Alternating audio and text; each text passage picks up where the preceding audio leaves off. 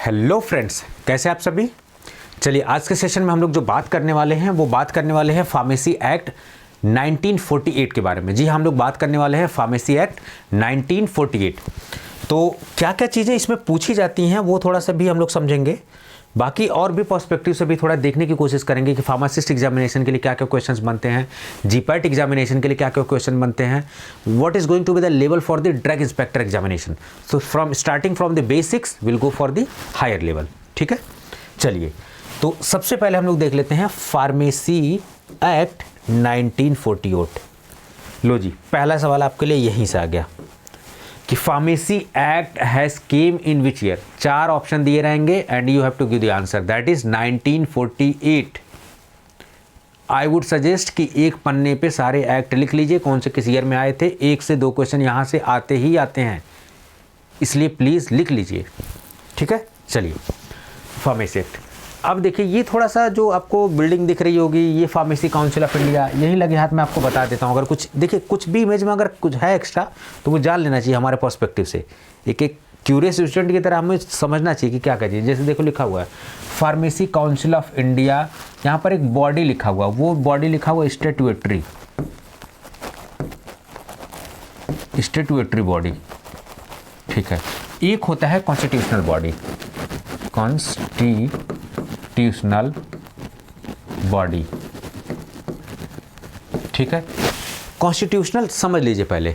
Constitutional body means what, that type of body that is being constituted with the provisions of Indian constitution, not Indian penal code, Indian constitution. तो ऐसी body जैसे election commission, article 3 to 4 election commission लिखा हुआ है, तो वो क्या है, कॉन्स्टिट्यूशनल बॉडी। यानी कि ऐसी बॉडी जिसका नाम, जिसका जिक्र आपके इंडियन कॉन्स्टिट्यूशन में हो, that is called as constitutional body. Simple सी बात है, यानी उसका एक भाग होगा, एक आर्टिकल होगा, वो लिखा होगा कहीं। ठीक है, लेकिन ये स्टैट्यूटरी बॉडी है, यानी कि संविधान में पीसीआई का कोई भी प्रावधान नहीं है। आप सोच सकते हैं कि 1948 में ये 1948 में एक्ट आ गया है और 1947 में हमारा देश आज़ाद हुआ, तो क्या हालत रही होगी उस समय और किस परिस्थितियों में इस एक्ट को लाया गया। ठीक है, यानी कि ऐसी बॉडी जो किसी एक्ट द्वारा, यानी कि पार्लियामेंट से एक्ट द्वारा पास करके बने, that is called as statutory body. ठीक है, इसको हिंदी में संविधिक संस्था बोलते हैं, संवैधानिक नहीं, संविधिक संस्था, संवैधानिक संस्था इस तो बोलते हैं। ठीक है, ये बात आपको समझना पड़ेगा। तो ये दो बातें आप लोग को क्लियर कर लीजिए। अगर कभी भी न्यूज़ में सुनने में आए सारी चीज़ें तो आपकी जीएस भी तैयार हो रहा है, मैं साथ साथ आपको करवा रहा हूँ। ठीक है, अगर आप फार्मासिस्ट के लिए तैयारी कर रहे हैं तो चलिए बाकी देखिए, यहाँ पर लिखा हुआ under ministry of health and family welfare, government of India. भैया भारत में रह रहे हो तो भारत सरकार के अंदर ही तो मंत्रालय होगा। अब आप बताइए कि ministry of health and family welfare और कहाँ, आईपीसी, आईपीसी, ये आप जानते होंगे आईपीसी। ठीक है, फुल फॉर्म में बताइए, क्या इंडियन फार्माकोपिया कमीशन है? हाँ यही है, बिल्कुल इंडियन फार्माकोपिया कमीशन अगर है आईपीसी, तो आईपीसी का हेडक्वार्टर कहाँ है? गाजियाबाद। और ये किस मंत्रालय के अंडर में है? Ministry of health and family welfare. किसके अंडर में? भारत सरकार के अंडर में। क्या पब्लिश करता है? आईपी। और क्या पब्लिश करता है? National formulary of India. ये सारी चीज़ें पब्लिश करता है ये। ठीक है, ये चीज़ समझना पड़ेगा, ministry of health and family welfare. यानी कि जो मंत्री जी हैं वो डायरेक्ट कंट्रोल करेंगे इनके चेयरमैन को, सारी चीज़ों को। ठीक है, Indian pharmacopoeia commission, Ghaziabad headquarter, ये सब सवाल है, फालतू की बातें नहीं कर रहा हूँ मैं। जो भी बोलूँगा, जितनी देर खड़ा होकर स्टेज पे बोलूँगा उतनी देर आपके लिए अच्छा ही कुछ बोलूँगा और कुछ इंपॉर्टेंट बातें बोलूँगा। चलिए हम लोग अपने मुद्दे पे आते हैं। हम लोग फार्मेसी एक्ट पढ़ रहे हैं, ज़्यादा इधर भटकना नहीं है। ठीक है, किसी भी एक्ट को पढ़ने के लिए, अब इस एक्ट को पढ़ने के लिए कैसे पढ़ेंगे, exactly what is going to be the way, किस तरीके से हम लोग इसको देखेंगे। ठीक है, की एरियाज कौन कौन से हम लोग को कवर करने चाहिए। देखो, definitions, pharmacy council of India, state pharmacy council, joint pharmacy council, registration of pharmacist, ये कुछ इंपॉर्टेंट टॉपिक्स हैं जो आपको देख लेना चाहिए। देखो जैसे इसमें थोड़ा खाच पाच हो गया लिखा हुआ डेफिनेशन, सबसे पहले आपको डेफिनेशन पढ़नी चाहिए। डेफिनेशन किसकी? सेंट्रल पीसीआई क्या है, कॉन्स्टिट्यूशन कैसे होता है, कुछ इंपॉर्टेंट टर्मिनोलॉजीज हैं उनको पढ़ लेना चाहिए।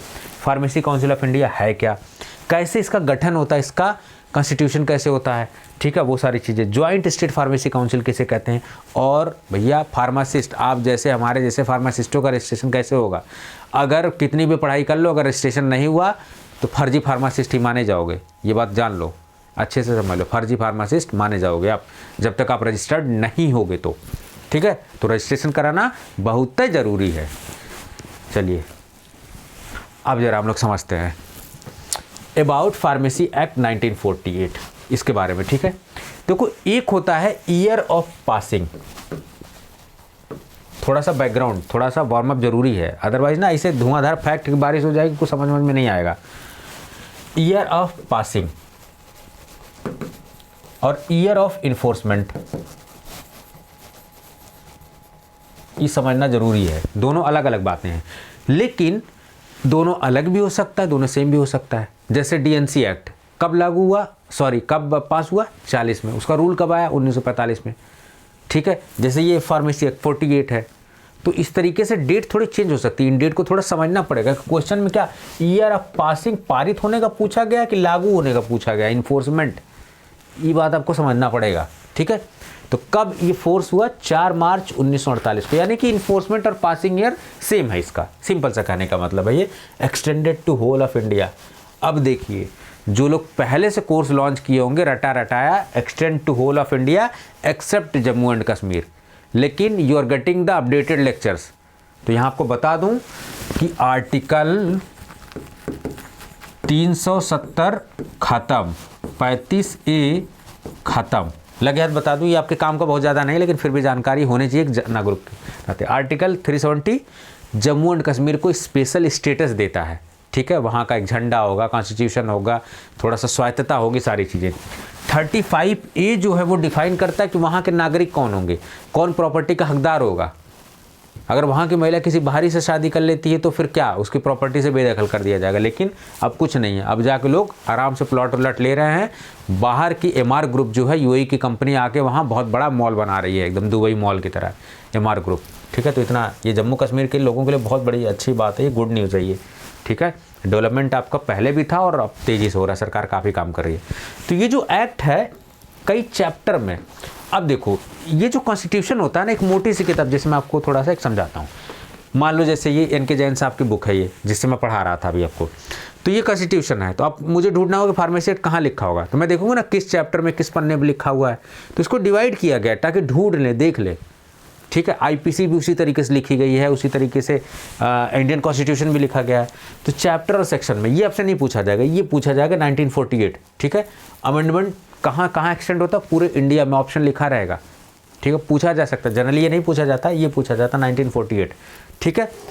उसके बाद कई सारे अमेंडमेंट एक्ट। एक बात आपको समझा दूं, अमेंडमेंट एक्ट, अमेंडमेंट एक्ट कहोगे यो क्या हो गुरुजी, अमेंडमेंट एक्ट। अमेंडमेंट एक्ट का मतलब कि अभी देखो 1948 का हुआ है भैया, परिस्थिति तो बदल रही है, कानून वही पुराने ढर्रा का, जैसे पुलिस का कानून है 1860 में आया था वो, ठीक है। तब से जो है, तभी तो पुलिस का रुझान, किसी के फादर अगर पुलिस में, तो प्लीज़ बुरा मत मानिएगा, उनकी प्रॉब्लम नहीं, प्रॉब्लम उस मेंटालिटी में है जो अभी बहुत पहले से चली आ रही है। 1860 का कानून बना हुआ, अब तक जो है पुलिस का काम लॉ एंड ऑर्डर का मेंटेनेंस करना, दहशत फैलाना थोड़ी ना है, ठीक है। तो ये चीज़ उसी तरीके से ये पुराना एक्ट हो गया, अब इसमें अमेंडमेंट संशोधन होते रहना चाहिए। क्यों, हमारा कॉन्स्टिट्यूशन क्यों इतना सक्सेस है, क्योंकि उसमें टाइम टू टाइम 121वां संविधान संशोधन, 122वां, 133rd, 124th, ऐसे ऐसे कॉन्स्टिट्यूशनल अमेंडमेंट एक्ट आ रहे हैं। उसके बाद 101st amendment act, 102nd, 103rd, 104th। आप बताइए कि लेटेस्ट सबसे कौन सा भी जो है कॉन्स्टिट्यूशन का अमेंडमेंट आया हुआ है, ठीक है, कौन सा अमेंडमेंट हुआ, 104वां हुआ है, 105वां हुआ, 106वां हुआ, कौन सा हुआ, आप बताएंगे, ठीक है। मकसद क्या था, ये मकसद जानना जरूरी है, to regulate the practice of pharmacy in India. पूरे जो फार्मेसी प्रोफेशन है उसको रेगुलेट करना। सिलेबस क्या है, सिलेबस डिज़ाइन करना। फार्मासिस्टों का रजिस्ट्रेशन होना चाहिए, कैसे होगा वो भी डिफाइन करना। सिलेबस क्या है, इंफ्रास्ट्रक्चर क्या है, सारी चीज़ें देखना, ठीक है। इंफ्रास्ट्रक्चर के लिए PCI के साथ मिलकर काम करती है AICT, उसको बोलते हैं all India council of technical education, ठीक है। फार्मेसी में कौन से बंदे डिस्पेंसिंग कर सकते हैं, अर्जी फर्जी लोग तो नहीं डिस्पेंसिंग कर रहे हैं, ये सब देखना। ठीक है। पीसीआई एक बॉडी कंस्टिट्यूटेड है ही, ठीक है, इसी एक्ट के थ्रू उसको कर दिया गया, ठीक है, इस चीज़ को समझना पड़ेगा। उसके बाद state pharmacy council institution, function, syllabus, ये सारे बता रहा हूँ, इनका काम क्या होता है। इसके तहत स्टेट फार्मेसी काउंसिल का गठन करना, जैसे यूपी के है तो यूपी फार्मेसी काउंसिल, बिहार है तो बिहार के, ठीक है। उसके अलावा कैसे फंक्शनिंग होगी वो सारी बातें। सिलेबस क्या होगा, अरे भैया पढ़ रहे हो पीसीआई का ही तो सिलेबस पढ़ते हो। रजिस्ट्रेशन, फर्जी फार्मासिस्टों के सही हो रजिस्ट्रेशन कैसे करोगे, ऐसे ही। ट्रेनिंग, डिप्लोमा वालों को और बैचलर्स वालों को कितनी, क्या नॉट लेस देन 500 आवर्स होनी चाहिए, उसमें भी एक्चुअल डिस्पेंसिंग 250 घंटे से कम नहीं होनी चाहिए, जो इस तरीके की क्राइटेरिया होती है। उसके बाद एग्जामिनेशन, अभी बात कर रहा है पीसीआई एग्जिट एग्जामिनेशन के लिए। बहुत लोग अंडरग्राउंड हो गए हैं कि सर ऐसा नहीं होना चाहिए, नहीं तो हम मर जाएंगे, आत्महत्या कर लेंगे। भैया पढ़ाई की हो तो दो एग्जिट, अब निकलते निकलते तो एग्जिट देना पड़ेगा ना, तभी तो फार्मेसी। ऐसे लल्लू पंजू आके कुछ भी करने लगे तो ऐसा नहीं होगा ना, ठीक है। तो पढ़ाई लिखाई होते रहनी चाहिए। एक बात आपको बता दूं, देखिए चूँकि ये बहुत ग्रोइंग प्लेटफॉर्म है, तो कुछ लोग इस चीज़ का जो है अपनी रोटी सेकना चाह रहा है उसमें, ठीक है। अपना अपना अलग अलग इसी तरीके से नाम बना के बैठे हुए हैं, जैसे फार्मा पाथ फाइंडर से तो फार्मा पाथ बना लिया। तो ऐसे नक्कलों से सावधान रहें, ठीक है। मैं ही हूँ भैया, ठीक है, मेरे नाम पे रोटी कमाओ, तुम खाओ, हम तुम्हारी टांग नहीं काट रहे हैं, लेकिन एकदम से मत काटो, मत ऐसा मत करो कि एकदम हमारा नाम खराब कर दो। नाम वाम मत खराब करो, इज्जत से कमाओ खाओ, नहीं तो सुधार दिए जाओगे, ठीक है। ठीक है, इसलिए और जो स्टूडेंट हमारे सिंसियर हैं, जो पढ़ रहे हैं, वो कृपया ध्यान दें थोड़ा सा कि फार्मा पाथ फाइंडर्स ही प्लेटफॉर्म है, उसी चीज़ को ध्यान दे। इनोवेटर्स अड्डा ही प्लेटफॉर्म है, ठीक है। स्पेलिंग चेक कर लें, अर्जी फर्जी जगह रजिस्ट्रेशन ना कर देना, तो फंस जाएंगे। और मैं ही हूँ, शकल पहचान लीजिए, ठीक है। और गलती से अगर कहीं मैं किसी कोचिंग या किसी जगह से मैं एसोसिएटेड नहीं हूँ, अगर कोई मेरी वीडियोस गलती से आपको दिखाता है, आपने वहाँ से कोर्स लिया है, तो प्लीज़ सावधान हो जाइए कि वो मिसयूज़ कर रहा है मेरे कंटेंट को, और कुछ नहीं, क्योंकि उनकी अब औकात नहीं रह गई कि वो ऐसा कंटेंट दे पाए। ये बात मैं घमंड में नहीं बोल रहा हूँ, अपने ऊपर प्राउड करके बोल रहा हूँ, अगर वो ऐसा कर रहे हैं और करते हैं तो, ठीक है। वैसे कायदे से नहीं करना चाहिए, अगर थोड़ी सी लाशरम बची हो तो। कमाओ लेकिन इज्जत से। चलो और ज़रा देखते हैं कि क्या क्या है। डेफिनेशन में central council means central PCI, simple सी बात है। सेंट्रल पीसीआई कहाँ है, इसके हेडक्वार्टर कहाँ है, ऑफिस दिल्ली। अब भैया दिल्ली बोल लो, न्यू दिल्ली बोल लो, बतिया तो अक्का है भोजपुरी वाले, ठीक है। सेंट्रल रजिस्टर किसे कहते हैं, देखिए जब रजिस्ट्रेशन होता है फार्मासिस्ट का, जब आप डिग्री मिल जाती है तो you need to be registered, आपको रजिस्टर्ड होना पड़ता है। तो आप कहाँ जाते हो दौड़ दौड़ के रजिस्ट्रेशन कराने के लिए, स्टेट पीसीआई में। प्लीज़ मेरी बात को ध्यान रखें, स्टेट पीसीआई में आपका रजिस्ट्रेशन होता है, ना कि सेंट्रल पीसीआई में। सेंट्रल पीसीआई में आपका नाम ट्रांसफ़र होता है, रजिस्ट्रेशन आपका स्टेट पीसीआई में होगा। फिर मार्च के बाद जब जैसे 1 अप्रैल होगा, आपका नाम हम छाप के जो है दिल्ली भेज दिया जाएगा, फिर सेंट्रल रजिस्टर में आपका नाम चढ़ जाएगा, ठीक है। तो यानी कि रजिस्ट्रेशन आपने स्टेट में कराया, वहाँ भी नाम चल रहा है और सेंट्रल रजिस्टर में भी आ गया। और लास्ट में जो 31 दिसंबर जो होता है ना हर ईयर का, वो रिन्यूअल डेट होता है, उस टाइम तक रिन्यूअल करा लेना होता है, ठीक है, अगले साल के लिए। तो ये सब सारी बातें हम लोग थोड़ा सा समझना पड़ेगा, ठीक है। अब ये जो रजिस्टर बनता है ना, जिसमें आपका नाम लिखा हुआ है, जिसमें लिखा हुआ है कि आप रजिस्टर्ड फार्मासिस्ट हैं, फर्जी फार्मासिस्ट नहीं है, उसमें से नाम हटाया भी जा सकता है। अगर कुछ गड़बड़ झाला करेंगे ना, दया की तरह दया गड़बड़ झाला नहीं करता वैसे, तो आपका नाम काट दिया जाएगा, ठीक है, नाम काट दिया जाएगा आपका। उसके अलावा स्टेट काउंसिल किसे कहते हैं, जैसे स्टेट, अब Delhi pharmacy council, UP pharmacy council, Bihar pharmacy council, state council. और रजिस्टर्ड फार्मासिस्ट, देखो यहाँ से सवाल, फार्मासिस्ट हो तो फार्मासिस्ट का सवाल पूछा जाएगा, बड़ा मज़ेदार पूछता है कि कितने साल के उम्र के व्यक्ति को या बच्चे को फार्मासिस्ट बनने दिया जाएगा। तो आंसर है 18 साल। अगर आप 18 साल के हो चुके हैं तो आपका रजिस्टर में नाम डाल दिया जाएगा। हालांकि प्रधानी के लिए 10 ही साल वाले को पकड़ के 18 साल करवा देते हैं। हमारा इंडिया जो है काफ़ी प्रतिभाओं से भरा हुआ है, ठीक है, ये भी समझना है। तो रजिस्टर्ड फार्मासिस्ट होने के लिए यह सवाल पूछा जाता है, जिसका है 18 ईयर्स, ठीक है, 18 साल। ये बात हमको समझना पड़ेगा, जानना पड़ेगा। चलिए और क्या इंपॉर्टेंट इससे है, और कुछ तो नहीं छूट रहा है। तो डेफिनेशन में इतनी है, लगे हाथ मैंने आपको बहुत सारी इन्फॉर्मेशन दे दी। तो खाली आप चाहोगे कि ये सब स्लाइड उलाइड लेके हो जाए, बस PDF मिल जाए, सर दे दें और हम निकल लें, ऐसा कुछ नहीं होगा भैया। ज्ञान हम अलग से भी देते हैं PDF के अलावा। PDF तो आपके लिए रहती है कि हाँ थोड़ा लिखा रहेगा तो आपको लगेगा, नहीं तो कहोगे सर क्या है सब खाली खाली लेके चले आते हो आप। ठीक है, अब ज़रा देखते हैं आगे। अब मेन मुद्दा आ गया फार्मेसी काउंसिल ऑफ इंडिया। तो ये जो लेक्चर है ना पूरा होलिस्टिक अप्रोच दिया, इसका एक और वीडियो आएगा आपके पास। ठीक है, 2 वीडियो में फार्मेसी पूरा कंप्लीट होगा। उसमें joint pharmacy council, state pharmacy council, कौन कौन से इलेक्टेड मेंबर्स होते हैं, कौन कौन से नॉमिनेटेड मेंबर्स होते हैं, कौन कौन से एक्स ऑफिशियल मेंबर होते हैं, एक सवाल वहाँ से पूछा जाता है। तो वो वीडियो जरूर आप देखिएगा, अभी आएगी, हो सकता है कि जब वीडियो देखें तो आ जाए वो वीडियो। ठीक है, रजिस्ट्रेशन ऑफ फार्मासिस्ट अभी पूरा बच रहा है भैया, रजिस्ट्रेशन कैसे कराते हैं वो सब जानना पड़ेगा। ठीक है, अब देखो ये सारी बातें मैंने पहले बता दी थी, ये सारी चीज़ें। ठीक है, अब देखो ये ऑनरेबल मिनिस्टर साहब हैं, जबकि मैं वीडियो लेक्चर रिकॉर्ड कर रहा हूँ। तो ये है मनसुख मांडविया जी, मनसुख मांडवी जी। इनकी अंग्रेजी में बड़ा सवाल उठता रहता है, ठीक है, लेकिन है बहुत सही बंदे ये। ठीक है, यूनियन मिनिस्टर हैं, ministry of health and family welfare, अच्छे बंदे हैं।